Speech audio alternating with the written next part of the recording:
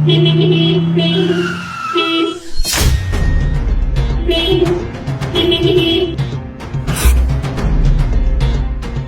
মাঝখানে গাড়িটা এভাবে কেন থামিয়ে রেখেছে?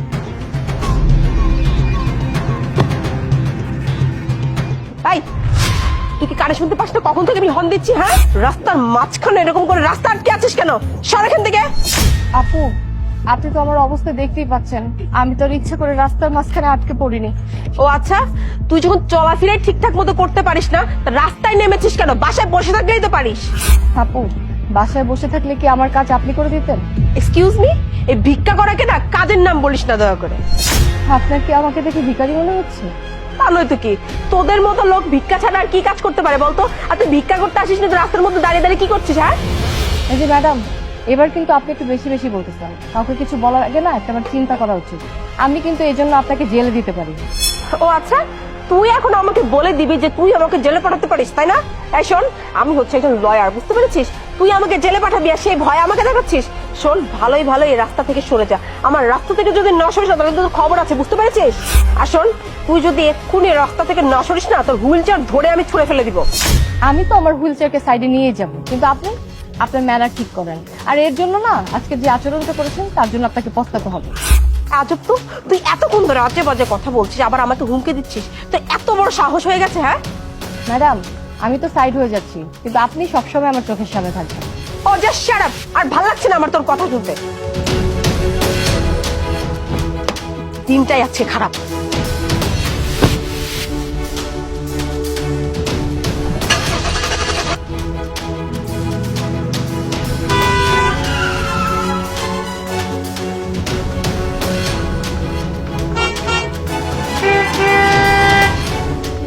বুঝলাম না, এই মাঝ রাস্তার মধ্যে গাড়ি দাঁড় করালো কে? Shit! গাড়ির আবার কি হলো? স্টার্ট হচ্ছে না কেন? তাড়াতাড়ি স্টার্ট হয়ে যা।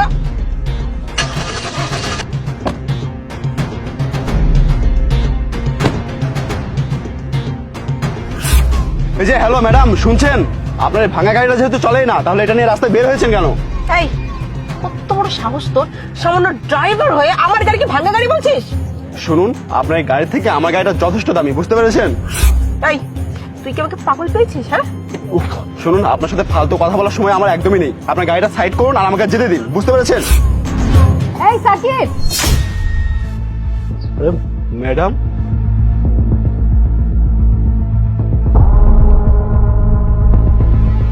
আসসালামু আলাইকুম ম্যাডাম। ওয়ালাইকুম আসসালাম।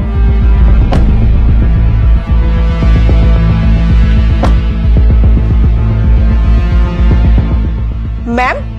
ও তোমার ম্যাম কিভাবে হতে পারে? কেন হতে পারবে না? উনি শুধু আমার ম্যাডামই না, উনি একজন ম্যাজিস্ট্রেট। হোয়াট? ম্যাজিস্ট্রেট?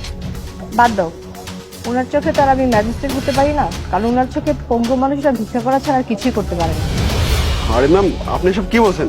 এই যে হ্যালো, আপনি ম্যাডামকে কি বলেছেন? আহা, বাদ দাও তো। এই ম্যাডাম যা বলতেছে না, সব বুঝে শুনেই বলতেছে, কারণ এই ম্যাডাম একজন lawyer. I am so sorry ma'am, actually আমার কোনো আইডিয়াই ছিল না যে আপনি ম্যাজিস্ট্রেট হবেন। অ্যাকচুয়ালি একটা মিসআন্ডারস্ট্যান্ডিং হয়েছে। I am so sorry. কেউ ভুল করার আগে তো আর জেনে বুঝে ভুল করে না। শোনেন ম্যাডাম, মানুষ কষ্ট করলে যে কোথা থেকে কোথায় পৌঁছে যেতে পারে সেই সম্বন্ধে মনে হয় আপনার আইডিয়া নেই। আমরা যদি মানুষকে কিছু বলি, তার আগে আমাদের চিন্তা করা উচিত যে আমরা কার সম্বন্ধে কি বলতেছি, কাকে কি বলতেছি। সাকিব সাহেব, আপনি ম্যাডামের সম্বন্ধে সবকিছু তথ্য নিয়ে আমিও জানতে চাই এই ম্যাডাম আইন সম্পর্কে কতটুকু পড়াশোনা করেছে। উনি একজন পঙ্গু মানুষকে অ্যাবিউজ করার কারণে আমি ওনার নামে মামলা করতে চাই।